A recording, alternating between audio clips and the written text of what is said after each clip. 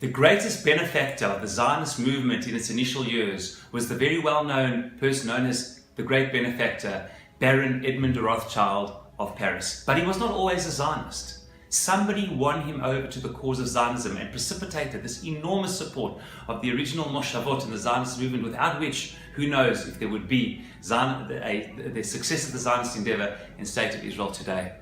The person who won him over is one of the unsung heroes of the rabbinic world, of the Mizrahi world, and indeed of the entire Zionist movement, Rabbi Shmuel Mohilever. This Shabbat, the 19th of Sivan, is the Yahrzeit of Rabbi Mohilever, where we as Mizrahi participated in events marking the life of this towering leader in a place called Maskeret Batya, one of the early Moshavot, which used to be known as Kiryat Ekron in the Chovevei area, where his bones have been reinterred 27 years ago. Rabbi Shmuel Mohilever. Three things I want to say about this incredible rabbi. Firstly, purity. He was a person of enormous purity of motives.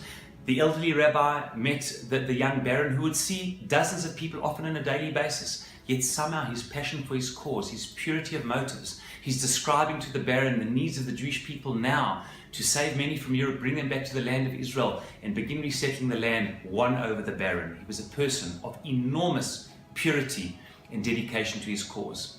Secondly, he was a person who believed in partnership.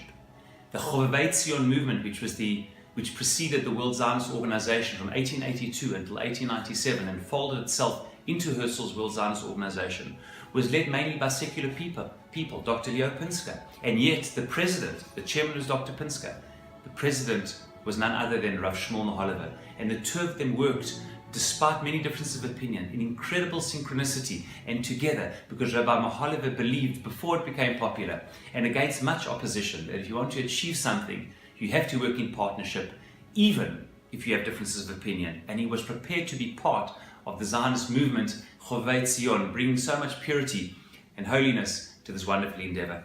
And finally, he indeed is the true founder of the Mizrahi movement. It is true, in 1902, 5 years after the establishment of the World Zionist Organization, Rav Ryanus founded the Mizrahi movement as a Merkaz Ruchani, a spiritual center, a separate but integral part of the World Zionist Organization. But the truth is that already 9 years before, in 1893, in one of the big debates within the Chovevei Zion, it was Rabbi Mohilever who founded within Chovevei Zion the Mizrahi, HaMerkaz HaRuchani. He said we need to partner with Chovevei Zion, but since we've got differences of opinion, some speak about a secular Hebrew cultural revival, Achad Am and others, which is antithetical or very different from the Torah-based belief in Hashem and fulfillment of all Torah mitzvot as the basis of Torah, Judaism and Zionism. He therefore created a new movement within the Chovevei Zion, but made it part and parcel